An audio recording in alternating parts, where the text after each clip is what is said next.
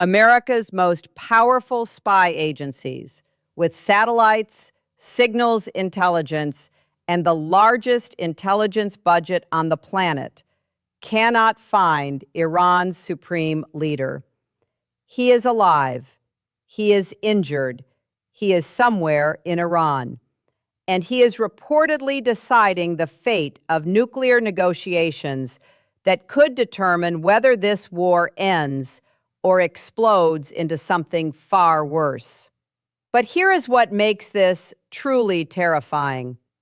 The people claiming to speak in his name may not have spoken to him at all. Who is actually in control of Iran's nuclear arsenal right now? Welcome back. What you are about to hear is not speculation. It is sourced from multiple U.S. intelligence officials, corroborated by CNN's national security team. And it raises a question that should concern every person watching this video. Iran has a new supreme leader. He was wounded in the same strike that killed his father, the man who ruled Iran for over 3 decades. He has not been seen in public since. He uses no phone, no email, no digital device of any kind. And U.S. intelligence, with all of its resources, cannot visually confirm where he is. That man is now the person with whom the United States is supposed to be negotiating a nuclear deal. By the end of this video, you will know 3 things that will fundamentally change how you understand this conflict. First, what U.S. intelligence actually knows about Mojtaba Khamenei's condition, location, and real level of authority. Second, who is actually running Iran right now, and why that matters enormously for any deal. Third, what happens to this ceasefire, to global oil prices, and to the entire Middle East if these negotiations collapse? We cover stories like this before anyone else. Subscribe right now and hit the bell, because when this breaks further, you will want to be first to know. Let us get into it. On May 8, 2026, CNN published a bombshell intelligence report. Multiple sources familiar with U.S. intelligence assessments revealed that Iran's new supreme leader, Mojtaba Khamenei, is believed to be helping shape his country's war strategy and nuclear negotiations, but has not been seen publicly since the strike that killed his father and wounded him at the very start of this conflict. The U.S. intelligence community has attempted to locate him. They have failed to visually confirm his whereabouts. The reason is as extraordinary as it is alarming. Khamenei communicates with nobody electronically, no phone calls, no encrypted messages, no video calls. When he communicates at all, it is exclusively in person or through a physical courier carrying handwritten messages. For the NSA, for the CIA, for the constellation of surveillance satellites orbiting this Earth, that makes him effectively a ghost. Iran's head of protocol, Bagher Hosseini, addressed this publicly on Friday. He told crowds in Iran that Khamenei is healing, that his foot and lower back were slightly injured, that a small fragment of shrapnel hit him behind the ear, and that he is now in complete health. But American intelligence tells a very different story. According to sources, Khamenei sustained severe burns across one side of his body, his face, arm, torso, and leg. He is receiving ongoing medical treatment. He is isolated. And the intelligence community describes his involvement in decision-making as sporadic at best. This is the picture behind the curtain, and the curtain is not supposed to come down. To understand why this matters so profoundly, you need to understand how we got here. For decades, Iran's political system was built entirely around one man, Supreme Leader Ali Khamenei. He had ruled since 1989. He controlled the military, the judiciary, the intelligence services, and, critically, the nuclear program. Every major decision in Iran ultimately ran through him. Then came what the United States called Operation Epic Fury, a joint U.S.-Israeli military campaign that, among other strikes, killed Ali Khamenei, along with several of Iran's most senior military commanders. It was an operation that U.S. intelligence had war-gamed extensively, and the assessments were sobering. Killing the supreme leader would not collapse the regime. His successors were all hardliners. The Revolutionary Guard would not stand down. It would fill the vacuum. That assessment proved accurate. Within days of the elder Khamenei's death, his son Mojtaba, who had spent years working inside the clerical establishment, largely out of the public eye, was elevated to supreme leader. But he was injured in the same strike. He was rushed into the most powerful position in the Islamic Republic while still receiving treatment for his wounds. The war has since entered a grinding ceasefire. More than a month in, a U.S. naval blockade continues to strangle Iran's economy. The Strait of Hormuz, through which roughly 20% of the world's oil flows, has ground to a near standstill, with both sides claiming control of the waterway and trading military incidents even during the supposed ceasefire. The Trump administration launched what it called Operation Economic Fury alongside the military campaign.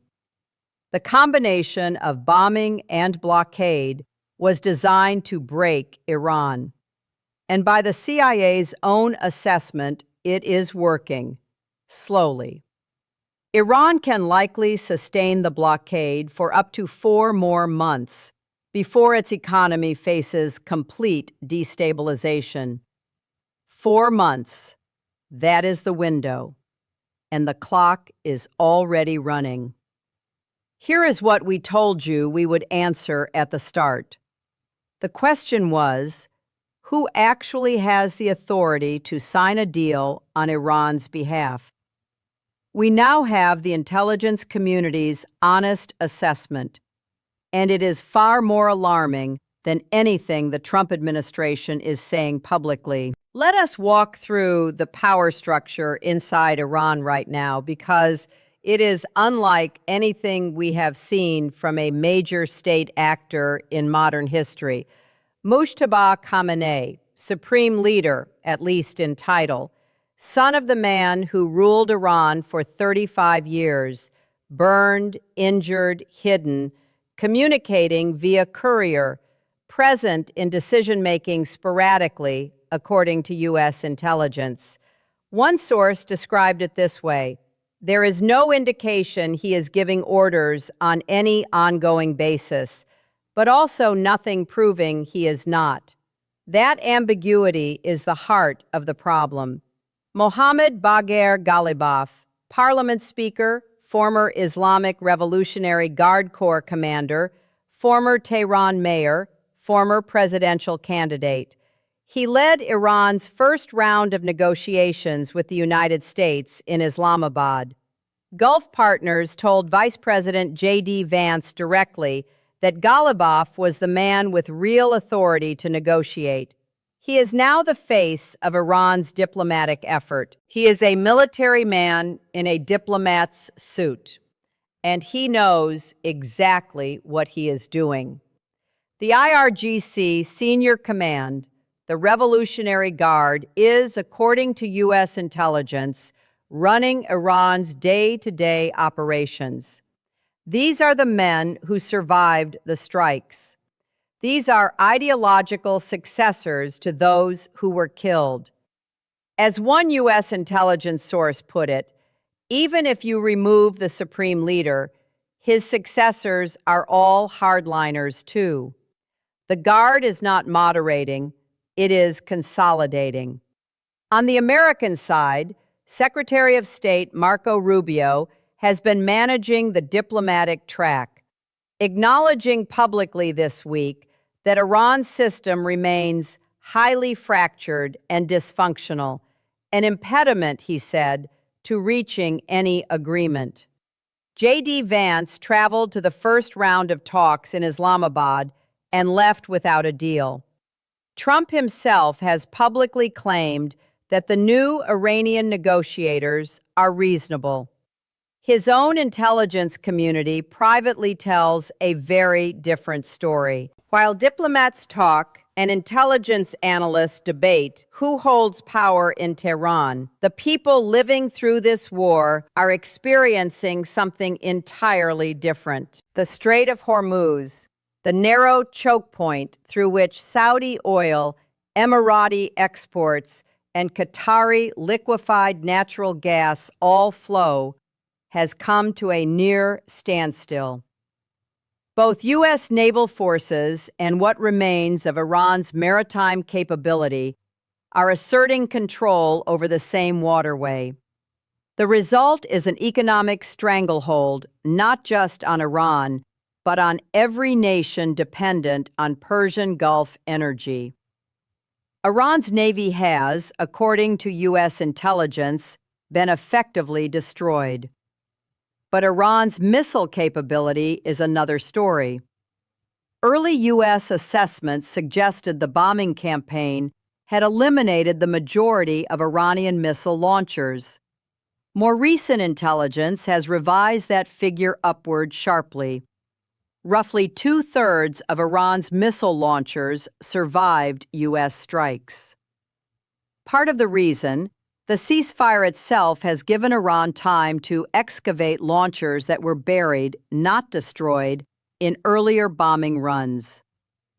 Let that register. The ceasefire, designed to create space for negotiation, may have simultaneously allowed Iran to recover offensive military capability that the United States thought it had eliminated.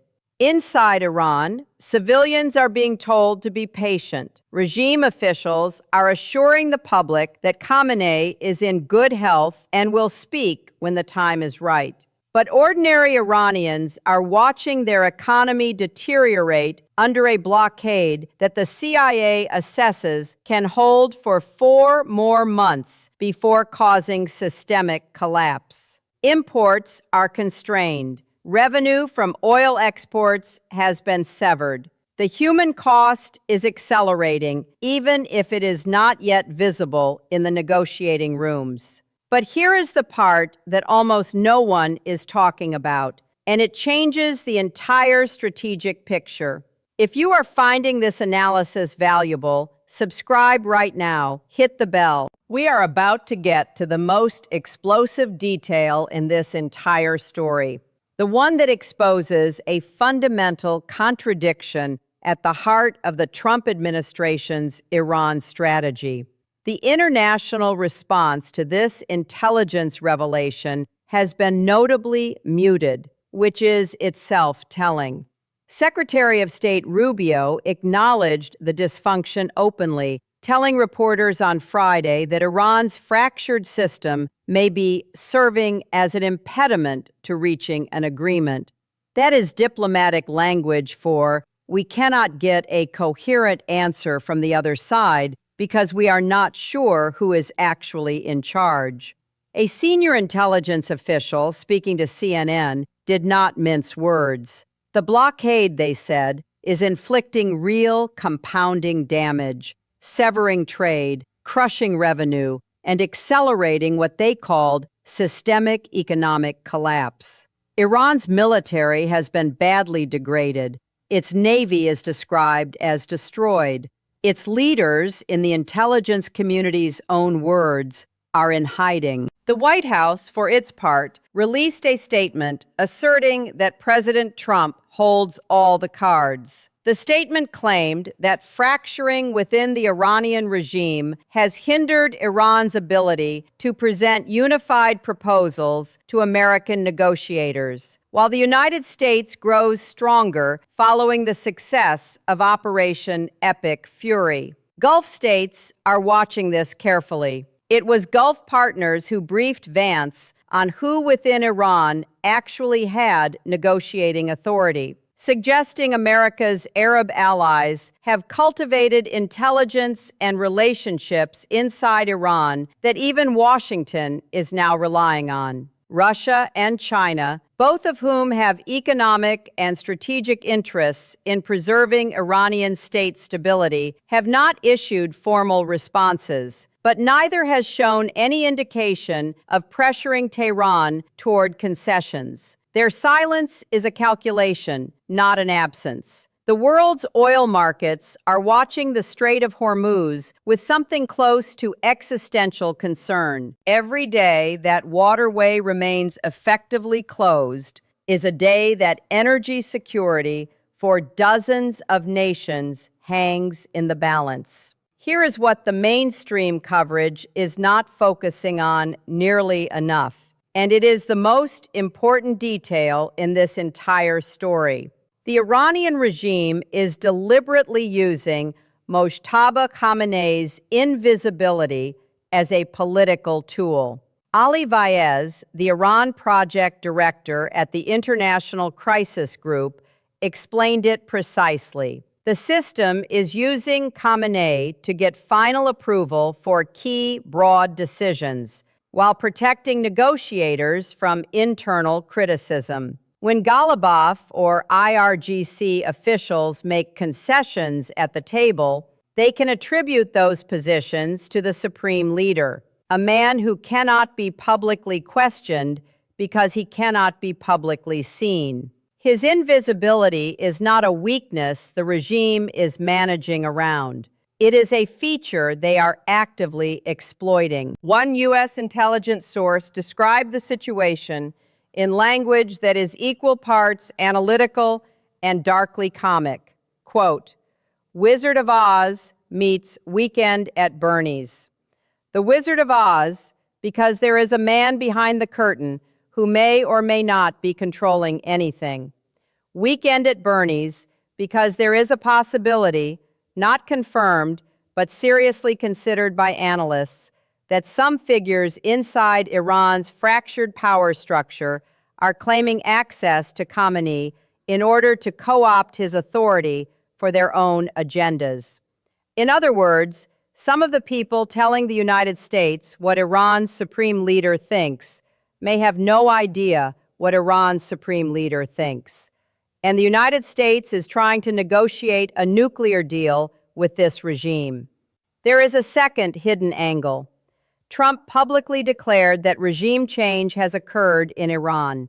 His own intelligence community's assessments prior to the war predicted that removing the supreme leader would not produce a moderate successor. It would produce IRGC dominance. That is precisely what happened. The men now running Iran day to day are ideologically identical to those who were eliminated. The strategic calculus has not changed. Only the faces have. That contradiction between what the Trump administration is saying publicly and what its own intelligence community is assessing privately is the fault line running through everything that happens next. And what happens next could reshape the Middle East for a generation. Subscribe if you have not already. The final 3 segments of this video are where the stakes become truly clear. Let us be precise about what is actually on the line here. If the ceasefire holds and negotiations produce an agreement, even an imperfect one, it would represent one of the most consequential diplomatic outcomes in decades. Iran's nuclear program constrained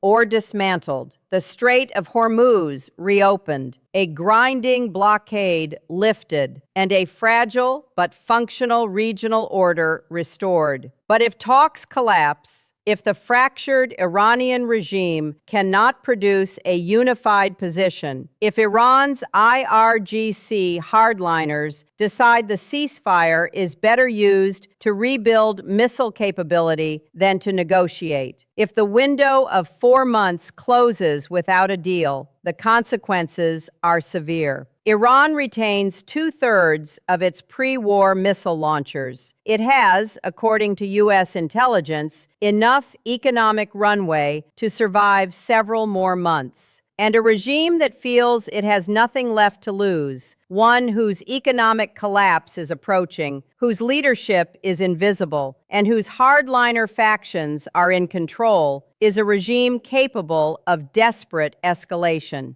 The Strait of Hormuz is the most economically consequential waterway on Earth. A full military confrontation there would spike global oil prices, potentially triggering recession in energy-dependent economies across Europe and Asia. It would draw in U.S. naval assets. It would create pressure on Gulf states to choose sides more explicitly, and it would eliminate whatever remaining space exists for diplomacy. There is also the nuclear dimension. Iran's nuclear program, its centrifuges, its enriched uranium stockpiles, its knowledge base, was not fully destroyed in the bombing campaign. A regime that concludes the United States will never accept its survival may calculate that the only deterrent worth having is the one the U.S. was trying to prevent it from acquiring. The stakes, in short, are not abstract. They are oil prices, regional war, nuclear proliferation risk, and tens of millions of Iranian civilians trapped between a blockade and a regime that is using their suffering as a negotiating tool. Analysts who have spent careers studying Iran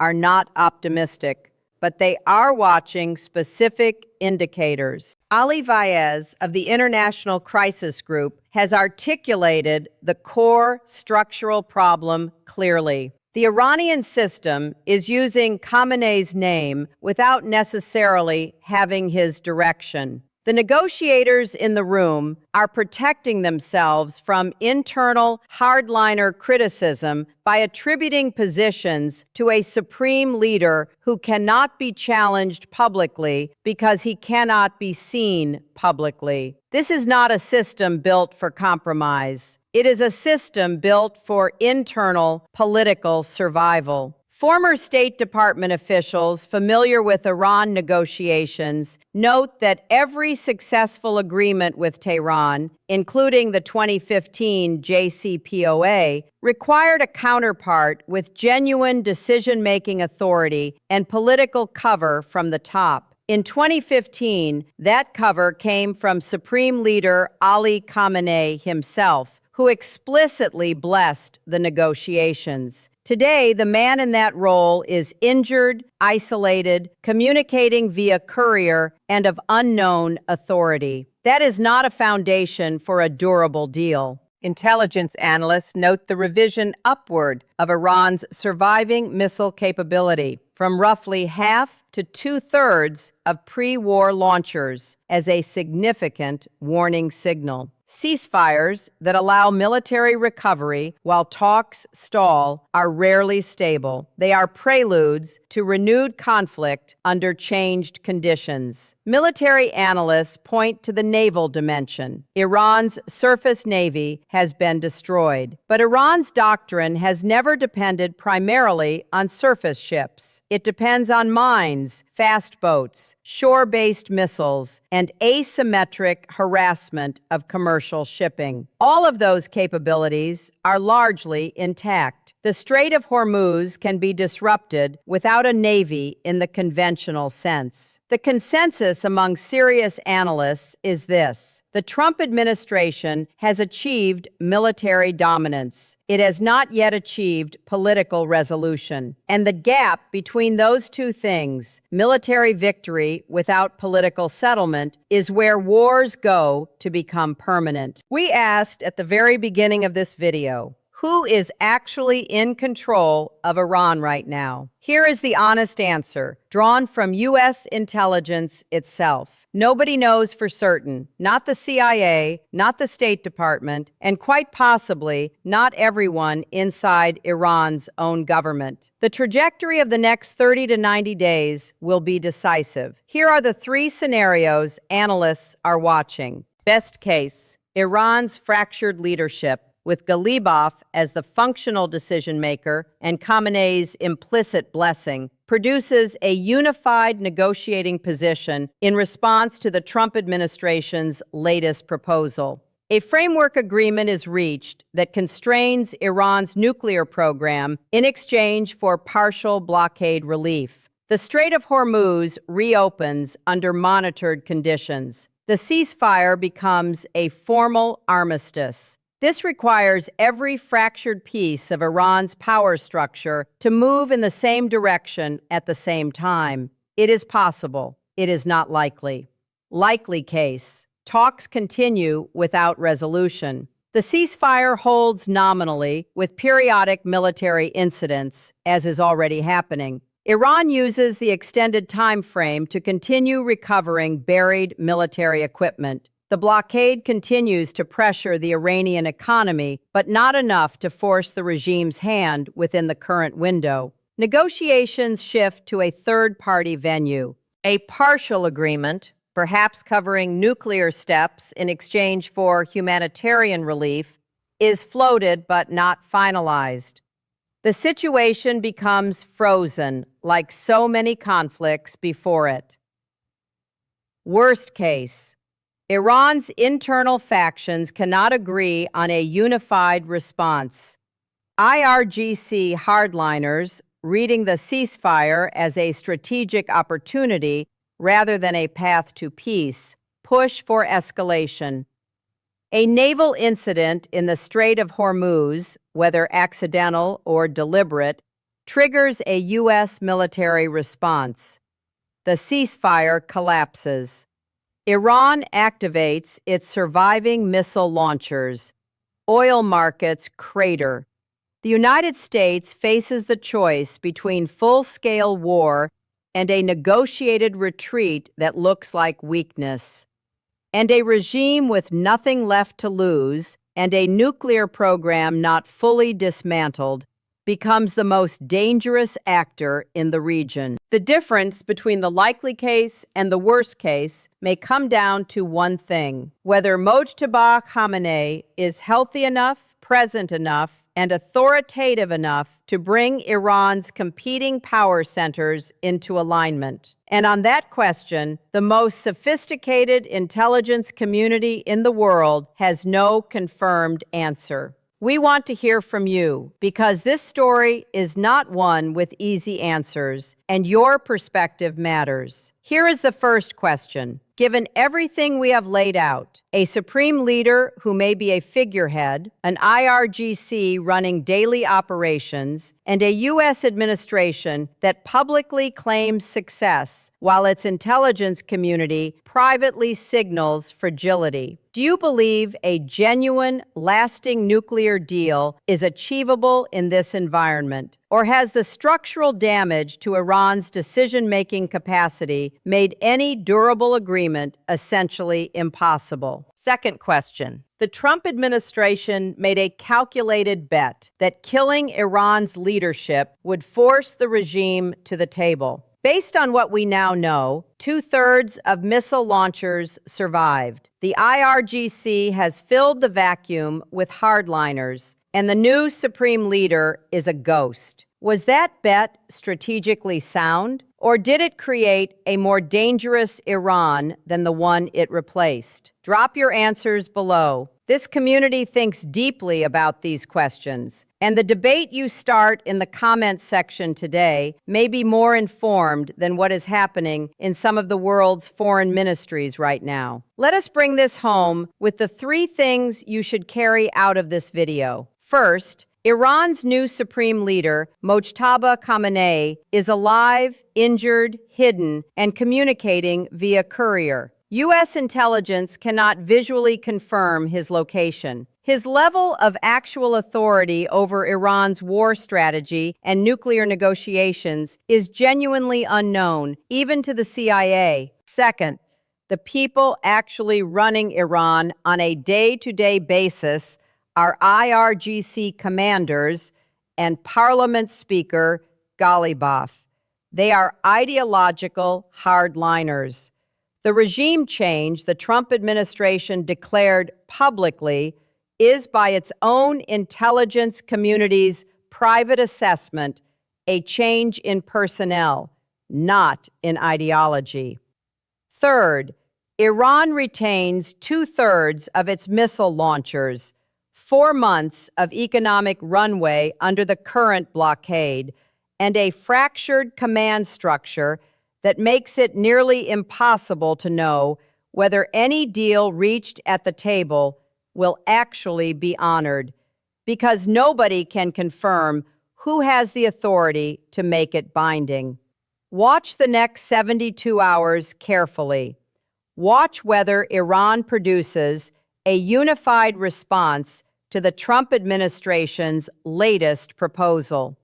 Watch whether Ghalibaf returns to the negotiating table or goes silent. Watch the Strait of Hormuz, because any military incident there, however small, could end this ceasefire in hours. This story is not over. It may be just beginning. Subscribe to this channel and hit the bell right now, because when it breaks, when the ceasefire cracks, or the deal is struck, or the missiles move, we will be the first to cover it. And we will give you the context that turns breaking news into understanding. Here is the line to remember from today. A regime led by a ghost, run by generals, and negotiating without clear authority is not a partner for peace. It is a recipe for the kind of war that no one intended and no one can stop.